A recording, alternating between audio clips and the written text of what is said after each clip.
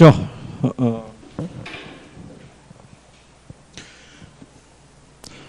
39번에 보시면 어떤 부동산에 대한 수요 및 공급 함수에 대한 변화를 물어봤는데, 일단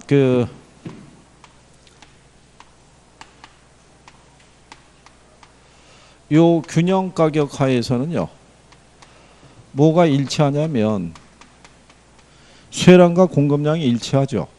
예, 그래서 이 양을 구하기 위해서는 먼저 가격을 우리가 도출을 할 수 있어야 돼요. 그죠?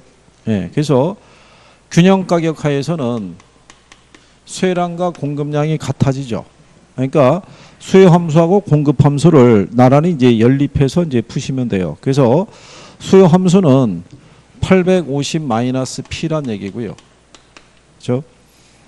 공급에 대한 거는 2P 플러스 100이라고 주어져 있어요.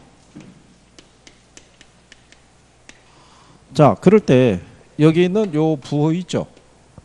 부호는 부호끼리, 여기 있는 상수는 상수끼리 묶으면 되니까, 근데 대신에 요 등호를 넘어가면서 부호가 바뀌는 거죠. 마이너스는 플러스로 바뀌고 플러스는 마이너스로 바뀌니까, 그러면 넘기면 850 마이너스 얼마예요? 850 마이너스 100 P 플러스 얼마? 2P. 그러면 3P죠. 그럼 3P가 얼마? 750이죠. 그러면 양쪽을 3으로 나누란 얘기예요. 그러면 P가 얼마겠어요? 250. 이렇게 해서 먼저 뭐가 도출이 돼야 돼요? 가격이. 이걸 여기다 대입하면 되죠. 이제 P가 얼마라는 걸 알았어요. 250이라는 거를. 그럼 850에서 250 빼면 얼마겠어요? 600 나오겠죠. 그럼 수요량이 600이라는 얘기는 얘도 600이 돼야 되잖아요. 그럼 2 곱하기 250은 500이죠. 100 더하면 600 나오죠. 무슨 말인지 이해하시겠나요? 자, 그런데 수요 함수가 변해서요, 1300 마이너스 P로 바뀌었대요.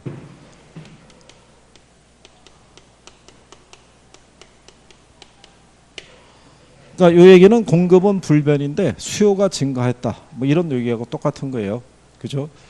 그러면 지금은 이게 이해가 되신 분들은 굳이 뭐 이렇게 식을 할 필요가 없이 여기서 그냥 암산으로 얘기가 되겠죠. 그러면 3P가 얼마겠어요? 1200이겠죠. 그러면 3P가 1200. 그럼 P는 얼마겠어요? 400이겠죠.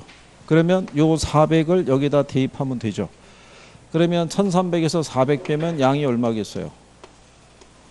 900이겠죠. 2 곱하기 400은 800이니까 800에다 100을 더하면, 그러면 가격은 250에서 400이니까 150만큼, 양은 600에서 900이니까 300만큼 증가했다는 걸 확인할 수 있죠. 그렇죠? 그 얘기죠.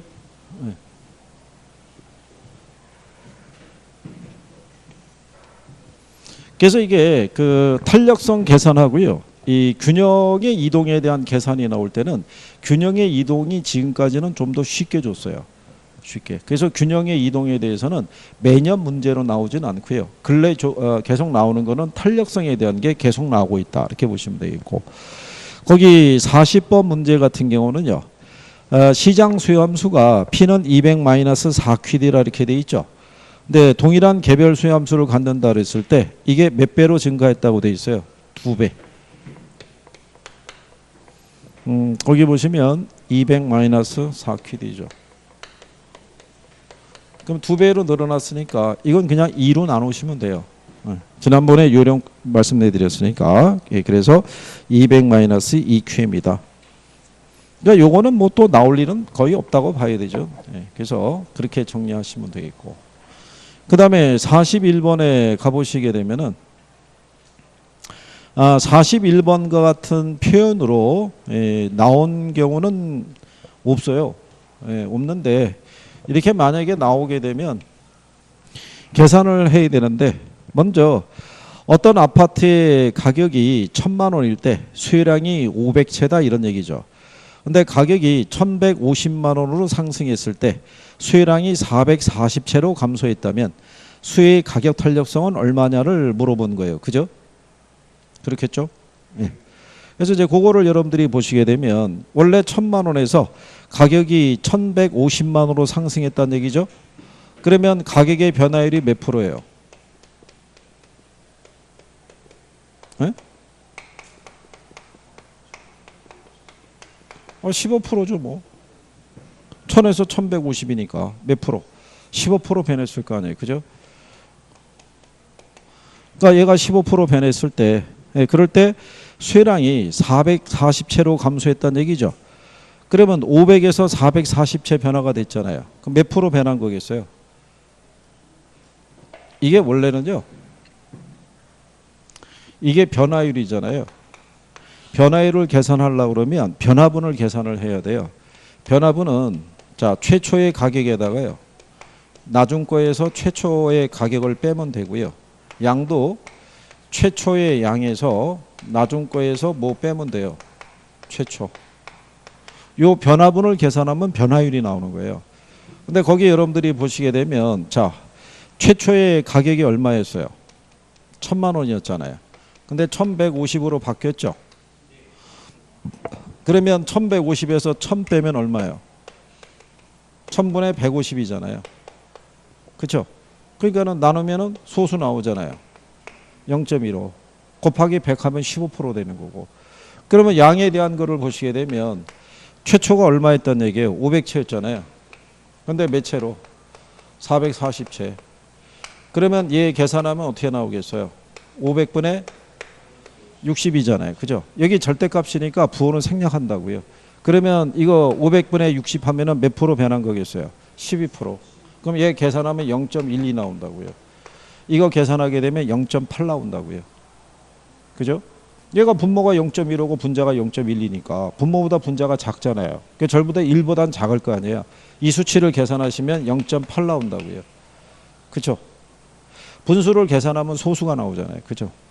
네, 그러니까 0.8이면은 탄력이에요, 비탄력이에요? 비탄력이겠죠. 이게 암산 수준으로 이 식을 안 쓰고 바로 이걸 도출해서 계산을 할 수 있으면 풀어도 되는데 그게 안 되기 때문에 야 이게 어떻게 계산하는 거야? 이걸 계산하려고 그러면 뭐가 많이 걸리겠어요? 예, 시간이 많이 걸리는 거예요. 그렇죠? 그리고 42번에 대한 문제처럼 두 가지를 같이 계산하는 거는 유도될 수가 없어요. 두 가지를 같이 계산하면 뭐가 많이 걸리겠어요? 시간 많이 걸리죠. 자, 그러면 똑같은 논리로 한번 생각해 보세요. A지역의 중형주택 임대료가 평당 4만 원에서 6만 원으로 인상이 됐죠. 그죠? 그러면 가격 변화율이 몇 프로예요? 에? 가격 변화율이. 그게 계산이 빨리 돼야 되는 거예요. 여기 보시면 자 최초의 가격이 있죠. 최초의 가격이 4만 원이잖아요. 근데 6만 원으로 변했잖아요. 6에서 4를 빼면 얼마예요? 2잖아요. 4분의 2니까 0.5 나오겠죠. 이게 암산 수준으로 계산이 나와야 돼요. 이렇게 식을 세우면 안 되고. 그렇잖아요. 시간이 많이 걸리잖아요. 그러면 가격 변화율은 얼마가 변했냐면은 50%가 변했잖아요. 그죠? 근데 그 중형주택에 대한 임대 수요료가 150평방미터에서 90평방미터로 감소했다라고 해놨죠. 예. 그러면 150 기준했을 때 변화가 얼마예요? 60 변했잖아요. 150분의 60 하면 얼마 나오겠어요? 에? 얼마? 0.4 나오지. 그러면 얘가 수치가 얼마 나오겠어요? 0.8 나온다고요. 그렇죠? 계산하시면. 그러면 0.8인 애가 1번하고 뭐밖에 없어요? 2번밖에. 그런데 문제 하나의 조건이 뭐냐면 중간점 이용해서 계산하라고 해놨잖아요. 그죠? 중간점 이용해서 계산하는 공식 아시나요?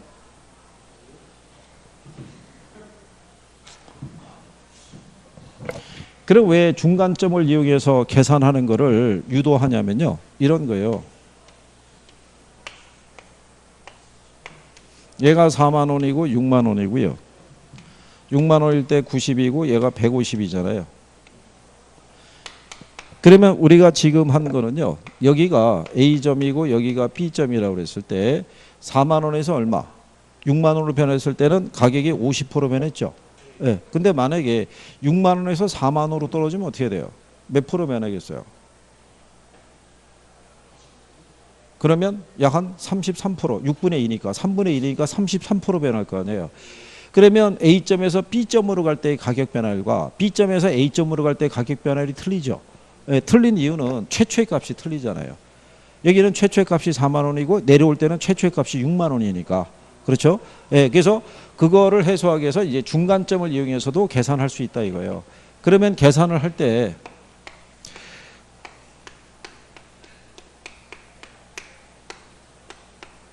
여기 있는 요 세모꼴 모양은 델타라는 의미예요. 미세한 변화분을 얘기하는 거예요. 그러면 여기도 이거를 나누기 2를 해도 되고요. 2를 생략해서 구해도 돼요. 그러면 여기 여러분들이 보시게 되면 가격 지금 몇 개 있어요? 2개 있잖아요. 그러면 4에다가 6을 더하고요. 4하고 6의 변화분이 2죠. 그렇잖아요. 그 양도 보게 되면 두 가지죠. 90하고 얼마? 150. 변화가 얼마야? 60이잖아요. 그죠? 그러면 계산해 보게 되면 얘는 10분의 2잖아요. 10분의 1이니까 5분의 1이겠죠. 그럼 얼마 나오겠어요? 그럼 0.2 나오겠죠. 그 다음에 얘는 240분의 얼마가 돼요?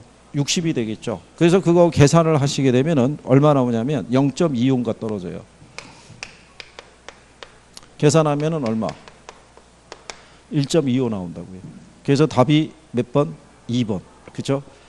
근데 요게 도출이 이 식이 필요가 없는 거예요. 이 중간점 이용하는 공식을 아시면은 여기 보면은 가격 2개 제시해 주죠. 네, 그 2개 더해서 요 차이. 양 2개 주죠. 2개 더해서 그 차이 있죠. 그것만 계산하면 되는 거예요. 그러면 중간점을 이용해서 탄력성의 수치를 계산할 수 있어요. 이게 한 번 딱 나왔어요. 중간점에 의해서 계산하는 게 한 번 딱 나왔는데 별로 반응이 안 좋았죠. 이게. 네. 뭐 불편한 건 뭐 그렇다고 생각하시면 되겠고요. 그 다음에 이제 뒷페이지로 넘어가셔가지고요.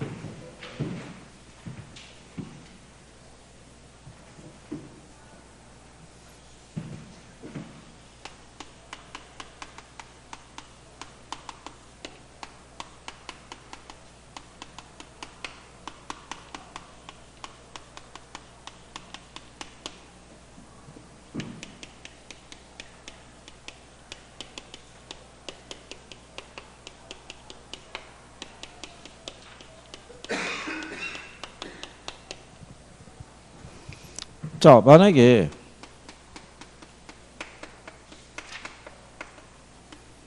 가격 탄력성이 0.8일 때요. 가격이 10%가 이렇게 상승했대요.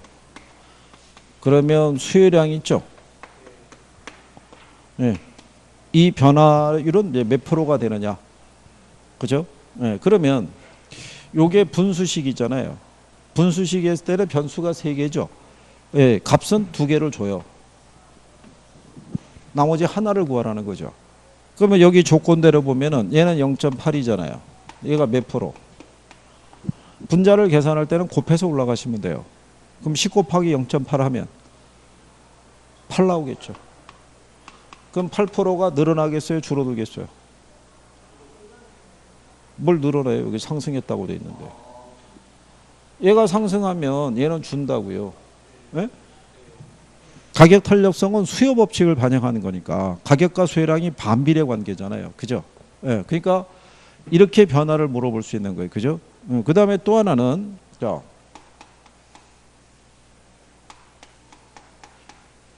가격이 10%가 상승했을 때 수요량이 있죠.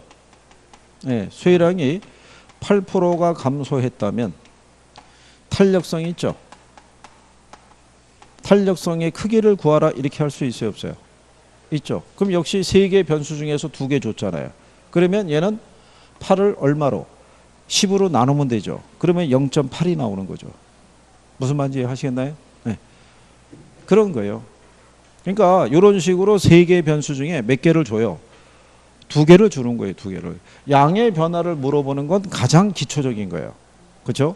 양의 변화를 구하려고 그러면 가격과 탄력성의 수치를 곱하면 돼요. 그러니까 소득과 소득 탄력성의 수치를 뭐 하면 된다? 곱할 수 있으면 돼요. 그러면 암산 수준으로 계산할 수 있어요. 즉 44번 문제 보시면 아파트 공간에 대한 수요의 임대료 탄력성이 0.5고요. 소득 탄력성이 0.4인데 임대료가 10% 상승하고 소득이 5% 증가한다면 수요량 전체 변화를 물어봤죠. 그죠? 그러면 아파트 임대료가 몇 프로? 10%. 임대료 탄력성이 얼마? 0.5죠. 10 곱하기 0.5 하면 5%가 늘어나겠어요? 줄어들겠어요? 줄었을 거 아니에요. 근데 소득이 5% 늘어났을 때 소득 탄력성이 0.4면 수요량의 변화율은 2%죠. 2%. 그러면 전체 변화율은 3%가 늘었어, 줄었어? 줄었지. 그게 답이잖아.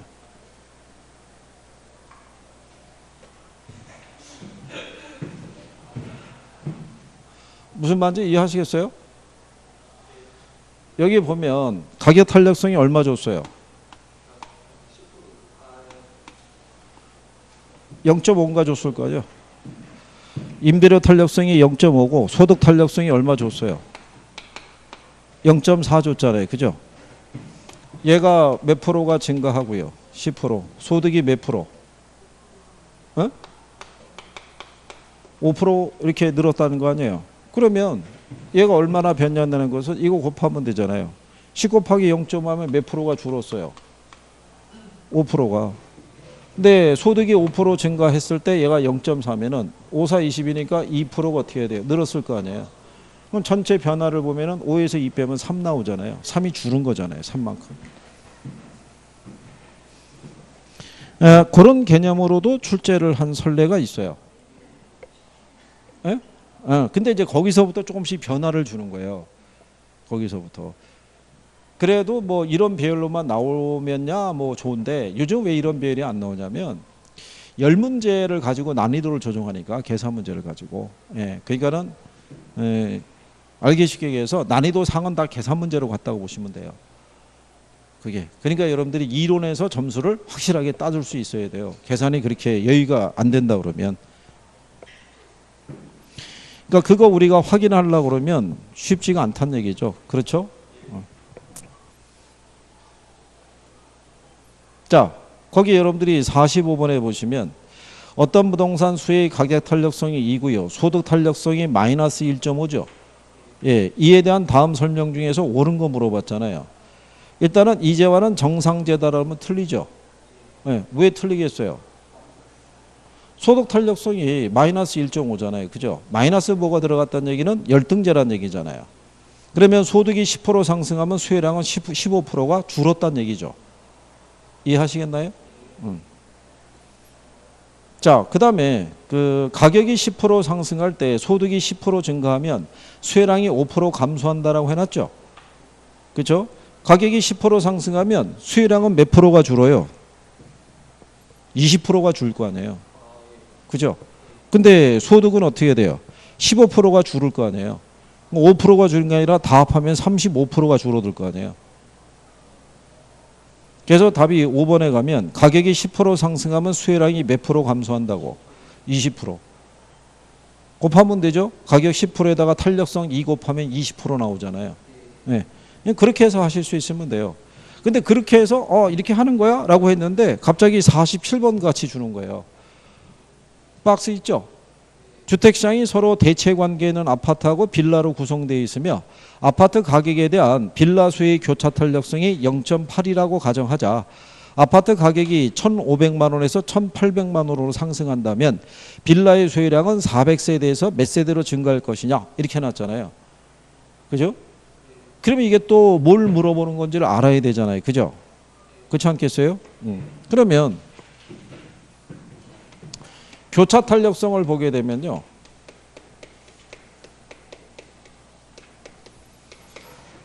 아파트 가격 변화율에 대한 보게 되면 빌라 있죠. 수요량의 변화율이죠.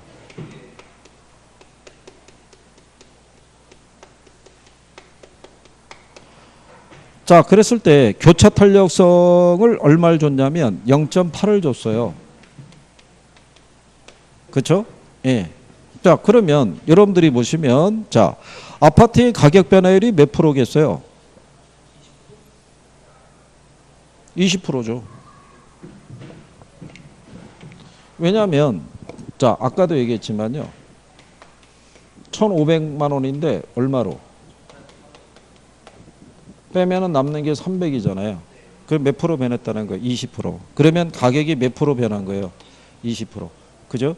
20% 변할 때 얘가 0.8이죠. 그러면은 얘가 몇 프로? 16%가 변한 거죠. 몇 프로가? 16%가. 근데 원래 빌라에 대한 수요량이 몇 채였다는 얘기예요? 400이잖아요. 예, 400 곱하기 16 하죠. 그러면은 64 나와요. 그리고 원래 400세대에서 몇 세대로? 464세대로. 그래서 400에서 얘는 464세대로 증가한다 이런 얘기죠. 근데 이게 저희랑 할 때는 단순해 보여요. 이렇게 하니까. 그렇잖아요. 근데 실전에 가서 이게 탁 나오면 뭐를 대입을 해야 될지를 내가 명확하게 판단이 안 서는 거예요. 그러면서 문제 읽을 때 뭐가 많이 걸려요? 예, 시간 많이 걸리고 그러는 거예요.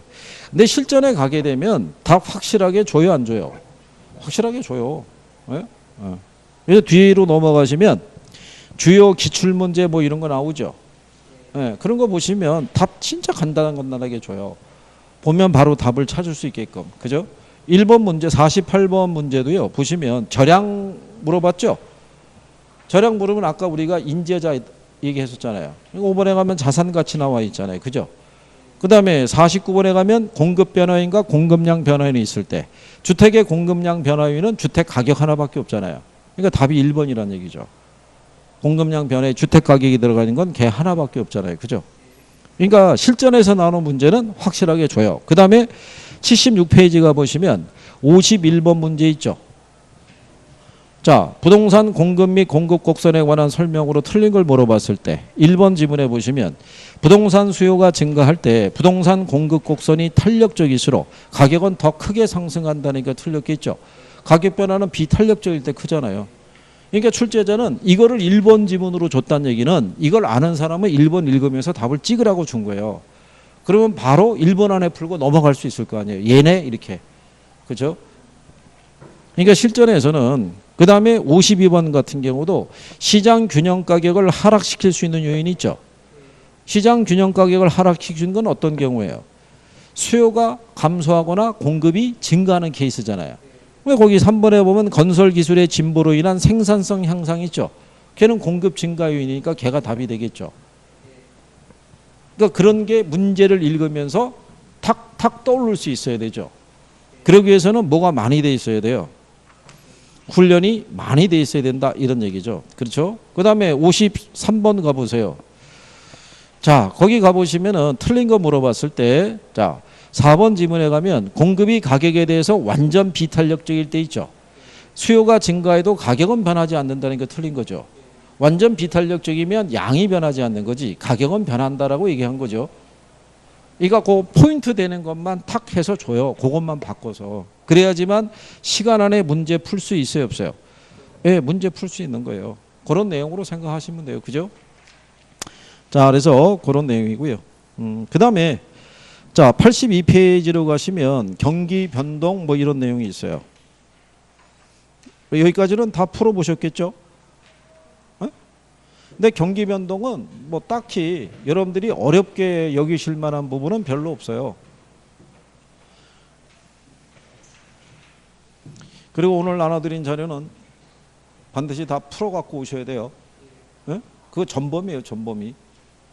네? 총론서부터 간편까지 있는 거예요. 쭉 보시면서 그거 하나를 풀기 위해서 찾으시란 얘기가 아니라 보면서 바로 이게 뭐가 답이다라는 게 내가 탁탁탁탁탁 이렇게 칠 수 있어야 돼요. 그게 안 되면 거기를 정리해야 된다는 거예요. 거기가 정리가 안 돼 있으니까. 그렇죠? 이게 제가 답하고 해설이 있는 거를 드려봤는데 별로 도움이 안 되는 것 같더라고요. 그러니까 풀지는 않고 뒤에 답하고 해설만 참고하시더라고요. 그냥 이게 답인가 보다 이렇게 해서 공부를 안 하실 거 아니에요. 자, 실전에 가서 그게 빨리빨리 하셔야 되는데 그죠? 참. 자, 여러분들이 경기 변동에서는 일단 요거 회복 시장 있죠. 상향 시장 있죠. 후퇴가 있고 그 다음에 무슨 시장?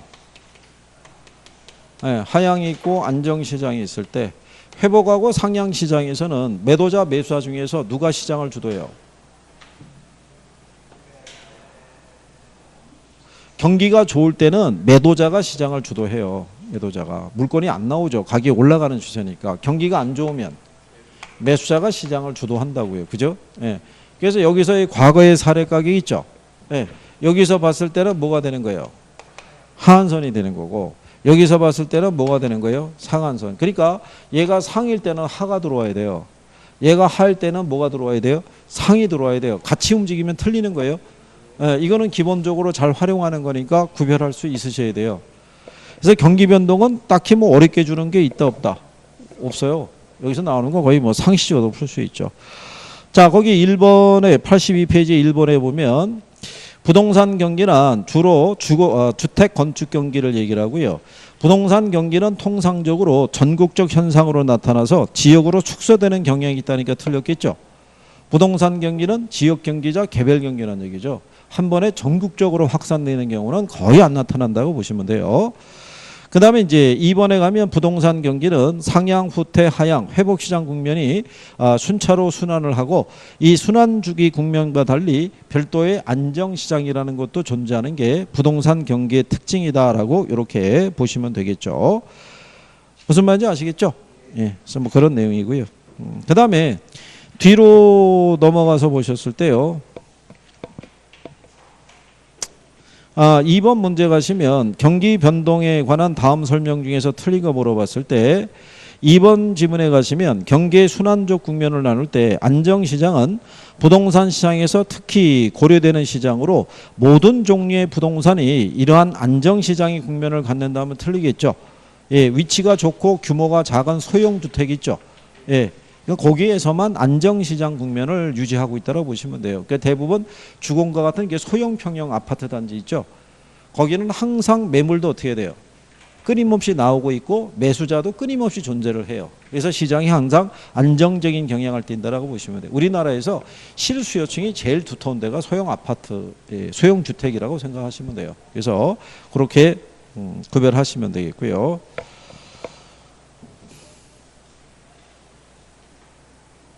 그리고 이제 그 5번 지문에 나온 건요. 장기적 변동이라고 있죠. 부동산 경기에. 예, 일반 경기의 장기적 변동은요. 한 50년 이상을 주기로 나타나고요. 부동산 경기의 장기적 변동은요. 인근 지역의 생애 주기에 가게 되면 성장기, 성숙기, 쇠퇴기 이렇게 움직이거든요. 쇠퇴기가 도래할 때가 통상 한 40에서 50년을 주기로 봐요. 그래서 장기적인 변동은 일반 경기보다는 짧은데 시험에서는 그렇게 안 나와요. 그냥 부동산 경기 변동의 특징을 보면 부동산 경기는 일반 경기보다 뭐가 길어요? 예, 주기가 길다 이런 얘기예요. 주순환 기준했을 때. 예, 근데 거기에다가 장기적 변동 이렇게 안 집어넣는다고요. 그러면 또 학생분들이 헷갈릴 거 아니에요. 그게 통상 일반 경기보다 뭐 주기가 길다 뭐 이런 정도로, 그리고 일반 경기보다 뭐가 크다? 진폭이 크다. 그렇죠? 그리고 지역 경기자 무슨 경기다? 개별 경기다. 뭐 그런 것들은 기본적으로 정리를 해 두실 수 있으시면 돼요. 무슨 말인지 아시겠죠? 그래서 이제 그 4번 문제 가보시게 되면은 부동산 경기는 그 특성으로 인해서 일반 경기보다 정점이 높고 저점이 더 깊다라고 해놨죠. 예, 그게 뭐란 얘기예요? 진폭이 크다란 얘기죠. 예, 진폭이 크게 나타나는 이유는 왜 그러겠어요? 그게 3번 지문에 가면요. 부동산 경기가 일반 경기의 진퇴보다 시간적으로 뒤진다는 의미 있죠. 즉 타성기간이라는 게 존재해요. 그죠? 그 얘기는 부동산 경기가 주택 공급에 시차가 있는 건축 활동을 중심으로 한다 이런 얘기예요. 그래서 일반 경기의 사이클이 있죠. 이렇게 움직이면 일반 경기보다는 높은 정점과 낮은 저점이 나타난다는 거예요. 그러니까 수요가 증가하더라도 공급이 바로 못 들어오는 거예요. 그러니까 초과 소요 상태가 더 커지는 거고, 경기가 안 좋아서 미분양 재고가 발생하더라도 그거를 조절하는데 역시 뭐가 많이 걸리는 거예요. 시간이 많이 걸린다는 거예요. 그래서 일반 경기보다 뭐가 크다라는 얘기예요. 예, 진폭이 크다라고 얘기를 하는 거예요. 그리고 이제 일반적으로 부동산 경기 변동이 있죠.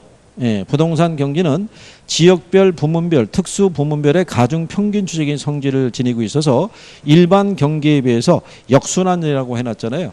예, 일반적인 부동산 경기는 일반 경기에 비해서는 후순환적인 양상을 떼요. 뒤쳐져서 움직이는 거예요. 이렇게. 그죠? 그런데 부문별로 나눠보게 되면 주거용 부동산은 역순환하고 상업용, 공업용 부동산은 동시순환적인 양상을 띈다라고 설명한 거예요.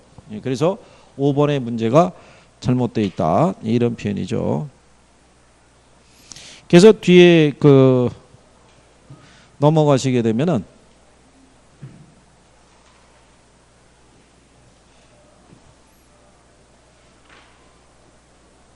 5번 문제에 가보시면 1번에 이렇게 돼 있죠. 주거용 부동산의 건축 경기는 일반 경기하고 역순환되고 상업용 부동산 경기와는 동시순환적인 관계에 있다 그랬으니까 틀렸다 이런 얘기겠죠. 주거용 부동산은 일반 경기하고 어떻게 돼요? 역순환하죠. 그럼 상업용 부동산 경기하고는요. 역시 역순환이라고 보시면 돼요. 상업용, 공업용 부동산이 기업용 부동산이라고 보시면 돼요. 이렇게 정리하시면은 일반 경기하고요. 부동산 경기 있죠. 전체적인 측면에서 보게 되면 얘하고 얘하고의 관계는 무슨 관계냐면 후순환이에요. 뒤쳐져서 움직이는데 부동산 경기도 이 안에 들어가면은 부문별 경기 있겠죠. 여기 안에서 상업용, 공업용 부동산 경기 있죠. 얘네는 일반 경기하고 동시순환적인 같이 움직인다는 얘기고요. 그 다음에 주거용 부동산 있죠. 얘는 일반 경기하고 무슨 관계? 역순환적인 관계를 띈다는 얘기죠. 그러니까 얘하고 얘하고도 무슨 관계라는 거예요? 역시 역순환이라고 봐야겠죠. 움직임이. 동시순환한다니까 틀렸다 이런 얘기죠. 근데 참고로 보면요. 경기가 좋아지면요. 대부분의 기업들이 뭐가 높은 분야로 투자를 하겠어요. 수익성이 높은 부분으로. 그러면 자금을 많이 필요로 할 거 아니에요. 그럼 시장 이자율이 상승하거든요. 근데 은행에서는 자금을 풍부하게 갖고 있지 못하다 보니까 수익이 높은 부분으로 집중해서 돈을 빌려주는 거예요. 그러면 산업 부문으로 자금이 집중이 돼요. 근데 주택 부분은 상대적으로 낮은 금리에서 투자가 운영이 되기 때문에 그때는 상대적으로 주택 부분의 투자가 위축이 된다고요. 간단하게 얘기를 하면. 근데 경기가 안 좋으면은 일반적인 산업 부분에서 기업들이 투자를 안 할 거 아니에요. 그죠? 그러니까 대기업에서 투자를 안 한다고요. 돈을 쌓아놓기만 하지. 그러면 중소기업에게는 리스크가 크니까 대출을 잘 안 해줘요. 그러면 확실한 담보력이 있는 어디다가 가계대출에다가 조금씩 늘려가기 시작하는 거예요. 그래서 경기가 안 좋다라는 걸 확인할 수 있는 거는 아파트 단지라든가 가게 되면 우체함이 있죠. 우편물 함에 보게 되면 경기 안 좋을 때는 대출 받아서 쓰라고 그게 안내문이 무진장에 꽂혀 있어요. 생보사고 할 거 없이 무진장에 많다 이런 얘기죠. 그래서 그게 이제 항상 일치하는 건 아닌데 이제 보편적으로 이제 그렇게 이제 얘기를 할 수 있다는 얘기죠. 그래서 뭐 그런 관계로 그것도 시험에서 한 번 나온 거예요. 예전에 아주 오래전에 주거용 부동산과 일반 경기의 관계는 무슨 관계냐? 답이 역순환적이다. 이게 답이었다는 얘기죠. 그러니까 뭐 그런 수준이다. 이렇게 정리하시면 될 거예요. 그리고 제가 여기서 이렇게 해서 문제 중간에 가다 이렇게 참고하고 이렇게 넘어가고 그러잖아요. 참고하셔도 되기 때문에 쭉 봤을 때 시험상에서 인용이 왜냐하면 이건 기본 문제집이기 때문에 다 들어간 거예요. 기본서에 있는 모든 내용이. 근데 우리가 이제 쓱 봐가지고 지금은 조금씩 범위를 어떻게 해야 돼요? 좁혀서 이제 갈 수 있어야 돼요. 그죠? 그래도 오늘 고무적인 거는 김총각하고 이천여가 그 오후서부터 나와서 공부하고 있었다는 거. 김천도 비슷한 시간에 온 거야? 공부하러? 학원에? 아침부터 왔어? 1시 정도에 들었지. 1시에 왔대잖아. 좀 일찍 나와, 일찍. 오후 한 3시 넘게 늦지막하게 등장하셔가지고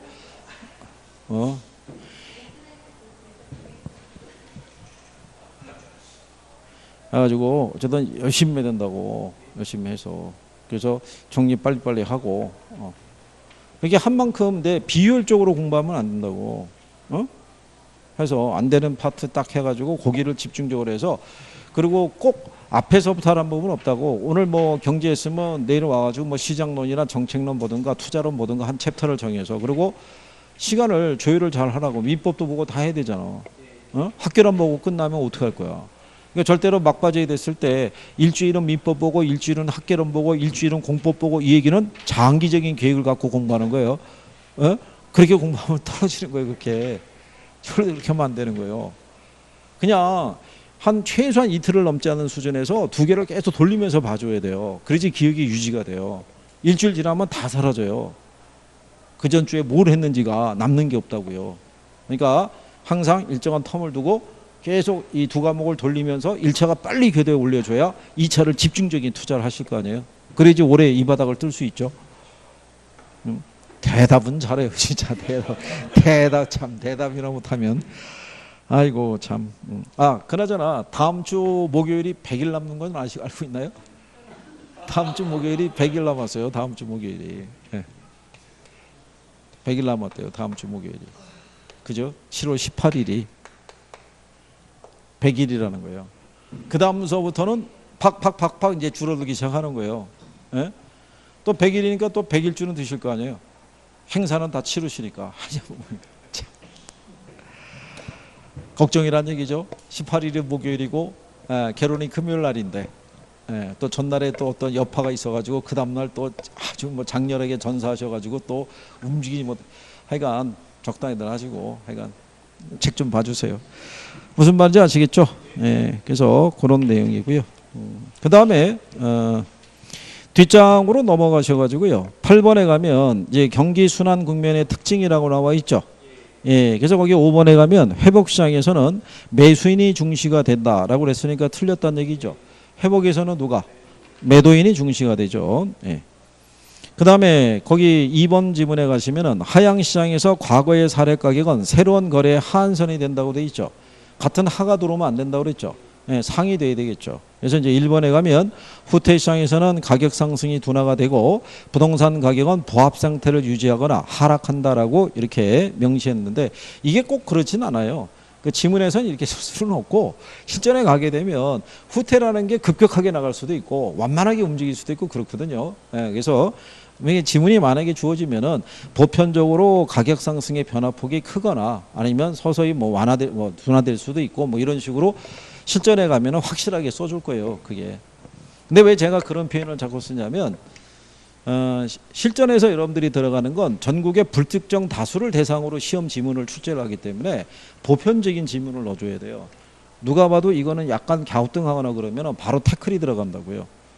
근데 원래 시험 끝나면은 40문제면은 거의 다 태클이 들어가요. 이 신청이. 그러니까 못 먹는 감 찔러나 본다는 식으로 다 집어넣는 거예요. 받아주는 경우가 거의 없어요. 거의. 그러니까 작년에도 받아준 문제 없어요. 1차에서는. 그러니까 그런데 걸리지 마시고 열심히 하시면 될 거예요. 그래서 그 순환 유형은 꼭 알아두시면 되겠고요.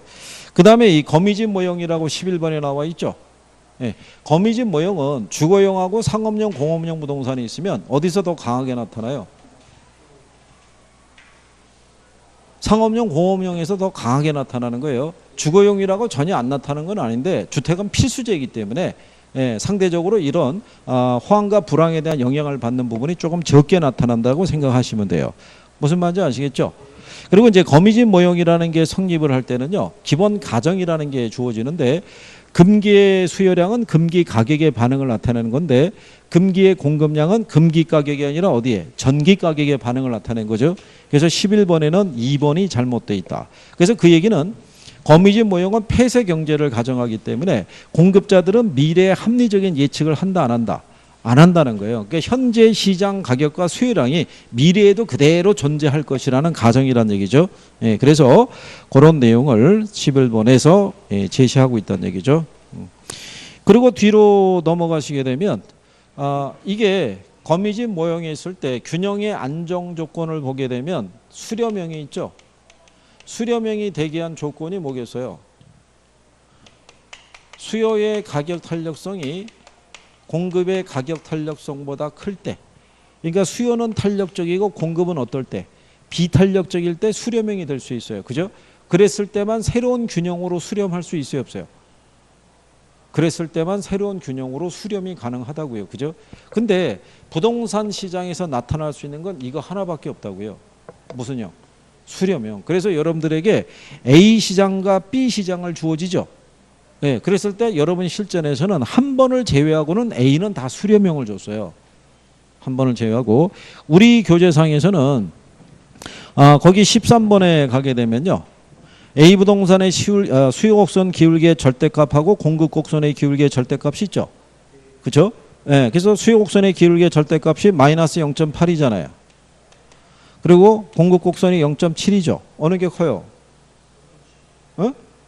여기 절대값이니까 부호가 없다고, 부호가. 그러니까 얘가 크니까. 그러면 수요 곡선의 기울기에 대한 절대값이 공급 곡선에 대한 기울기의 절대값보다 크잖아요. 그럼 무슨 형이겠어요?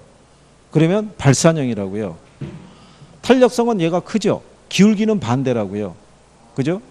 자, 여러분들이 보시면 공급 곡선은 움직임이 어떻게 돼요? 양의 방향으로 가잖아요. 플러스로. 수요 곡선은 음의 기울기를 갖게 되니까 기본적으로 기울기는 뭐가 클 수밖에 없어요. 공급이 클 수밖에 없다고요. 그러니까 요것만 알아두시면 된다는 거예요. 얘가 탄력적일 때 기울기는 반대란 얘기예요. 그러면 발산형이 된다는 얘기는 발산형은 수요의 가격 탄력성보다 뭐가 크다는 얘기예요. 공급의 가격 탄력성보다 크다란 얘기니까 여기는 기울기가 반대라고요. 무슨 말인지 아시겠나요? 네, 그래서 13번에 가게 되면 A 부동산이 발산형이고요. 그 다음에 B 부동산을 가게 되면 수요 곡선의 기울기하고 공급 곡선의 기울기를 보면 역시 수요 곡선 기울기의 절대값이 크죠. 그러니까 둘 다 발산형으로 이건 표시해 준 거예요.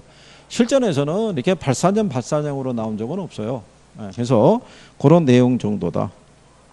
그리고 뭐 기출에 대한 것도 역시 마찬가지고요. 93페이지에 가시면 문제 17번 나와 있죠. 거기 가보시면 자 AB 부동산 모형을 물어봤죠. 기출이죠. A 부동산 보면은 수요의 가격 탄력성이 1.1이죠. 공급의 가격 탄력성이 0.9죠. 그러면 A가 수렴형일 거 아니에요. 그죠? 그 다음에 B를 보게 되면은 자 공급의 가격 탄력성이 더 크죠. 그러면 걔는 발산형일 거 아니에요. 그래서 기본적으로 A는 항상 거의 수렴형을 줬어요. 한 번을 제외하고. 한 번을. 그래서 그런 내용까지 정리해 보신 거고요. 예, 다음 주에 오시게 되면 이제 시장론에 대해서 정리하시게 될 거예요. 그죠?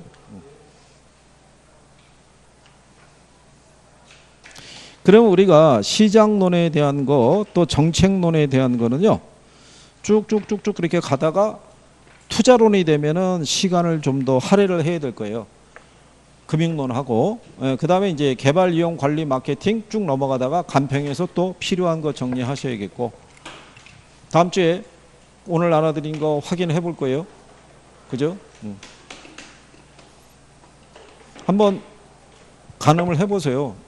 전범위를 드린 거니까 어디가 내가 정리가 돼 있고 안 돼 있는지를 꼭 확인 한번 해 주셔야 돼요. 그리고 궁금한 거는 나중에 물어보시고 무슨 말인지 아시겠죠? 그리고 중요한 거는 결석하시면 곤란해요. 진짜 이거. 네?